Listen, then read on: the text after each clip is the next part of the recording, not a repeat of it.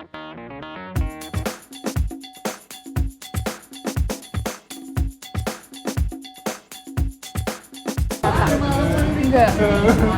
Atau pernah dengar nggak ekowisata itu apa? Pernah sih.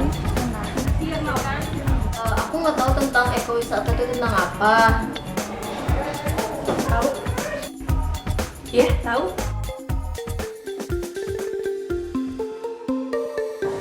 Kalau menurut saya ekowisata itu jadi kalau misalkan ada suatu tempat pariwisata, ya itu harus kan lingkungan sekitarnya kalau nggak salah. Oh, ekowisata. Ekowisata itu adalah sebuah pariwisata atau wisata yang dikelola oleh masyarakat dengan memperhatikan budayanya, sosialnya, dan lain halnya. Ekowisata itu kayak Curug Langit, terus pantai, Anyer, Sawarna, Sambor, dan lain-lain. Misalnya Kawah Putih, Situ Patenggang. Contohnya kayak Hutan Raya Haji Juanda, terus pokoknya objek-objek wisata yang ada di daerah Dago Pakar seperti Maribaya, Tebing Karaton, dan lain-lain. Beberapa contoh ekowisata yang ada di Indonesia mungkin dari yang saya pernah baca itu ada Tanjung Puting di Kalimantan, dan mungkin yang terdekat ada di Kawah Putih di sini.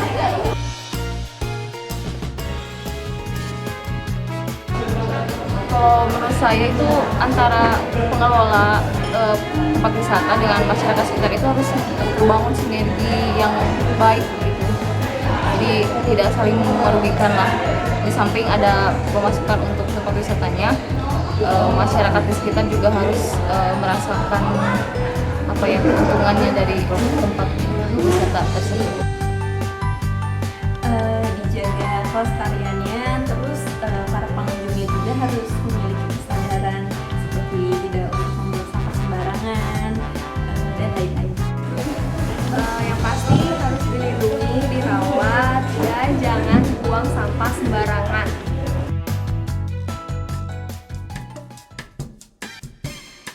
Ekowisata merupakan salah satu kegiatan pariwisata yang berwawasan lingkungan dengan mengutamakan aspek konservasi alam, pemberdayaan sosial budaya ekonomi masyarakat lokal, serta aspek pembelajaran dan pendidikan.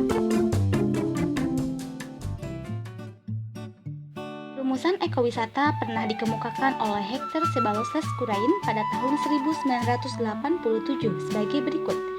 Ekowisata adalah perjalanan ke tempat-tempat yang masih alami dan relatif belum terganggu atau tercemari dengan tujuan untuk mempelajari, mengagumi, dan menikmati pemandangan, flora dan fauna, serta bentuk-bentuk manifestasi budaya masyarakat yang ada, baik dari masa lampau maupun masa kini. Di Indonesia, kegiatan ekowisata mulai dirasakan pada pertengahan 1980-an, dimulai dan dilaksanakan oleh orang atau biro wisata asing.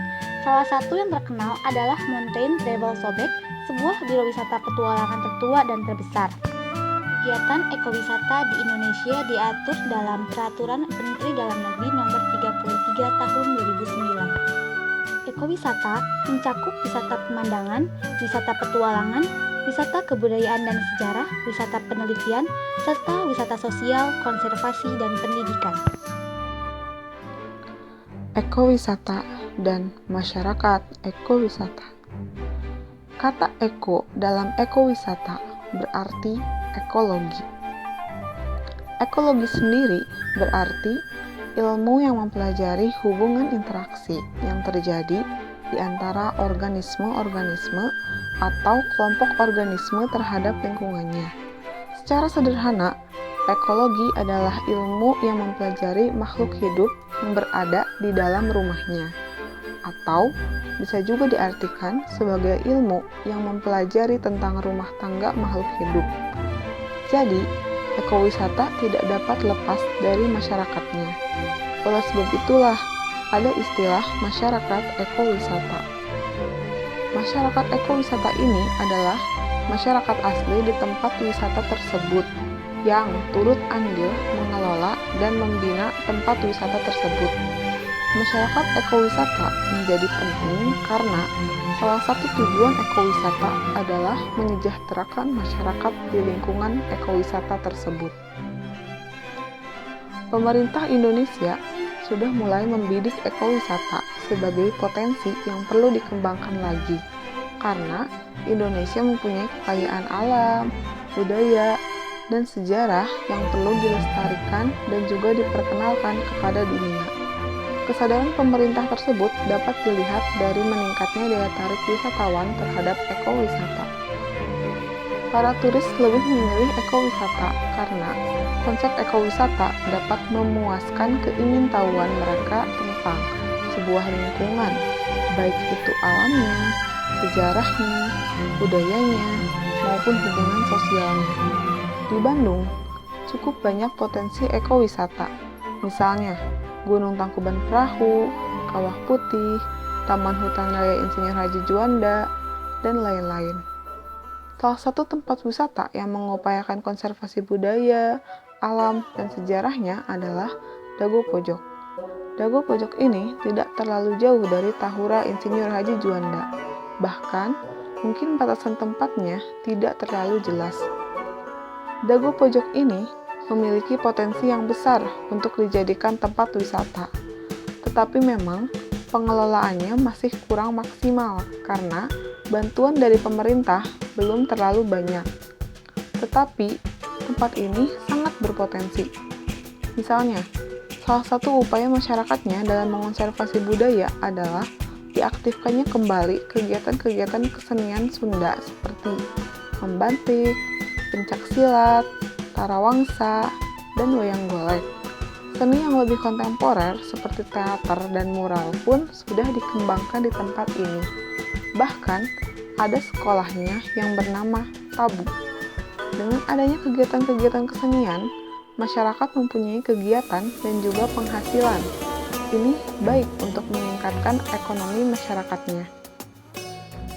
Selain itu, dari potensi alam, ada sekolah alam, yang jika kita masuk semakin dalam ke daerah Dago Pojok, maka kita dapat menemukannya. Sekolah alam ini benar-benar menyatu dengan alam.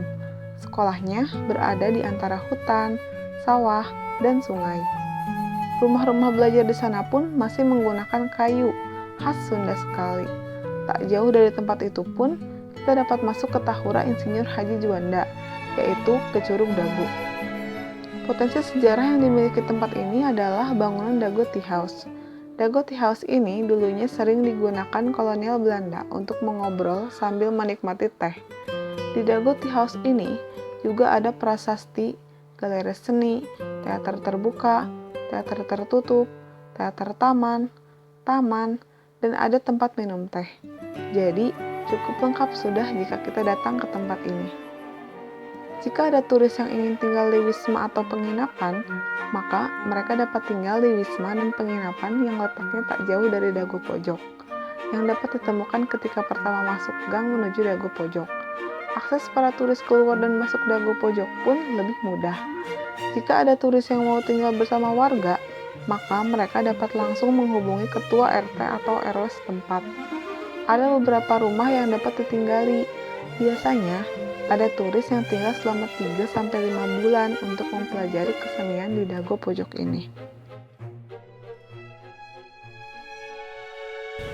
Kalau di sini pemerintah ikut andil tidak Pak?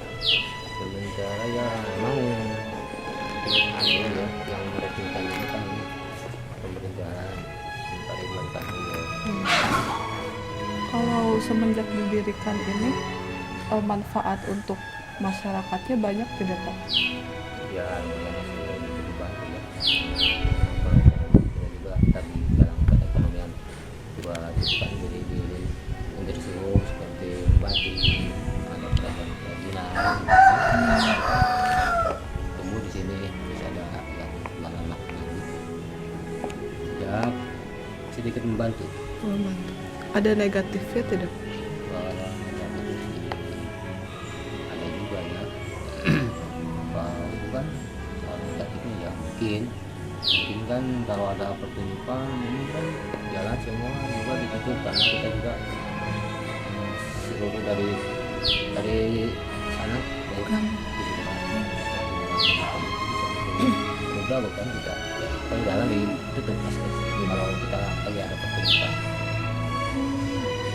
jadi itulah kreatifnya mungkin masyarakat kan ada yang suka ada yang enggak. Kalau misalnya di sini kan di sini dikenal sebagai kampung wisata, Pak. Ada bantuan dari pemerintah nggak? Nggak ada. Oh, jadi kalau misalnya ada festival, Inisiatif saya aja di sini dengan LSM ya, Pak Rahmat. oh iya. Yang Pak Rahmat. Bapak ini kan buka pemancingan itu sudah ada 45 tahunan. Oh, 40. Ini kan tempat wisata kan? Ya. Ini kan udah di sama Pak Ridwan Kamil. Oh, sudah diresmikan. Kalau semenjak tempat wisata ini berdiri, apakah warga mendapat manfaat? Oh jelas. Apa saja, Pak, manfaat? Jelas kan masalahnya kan satu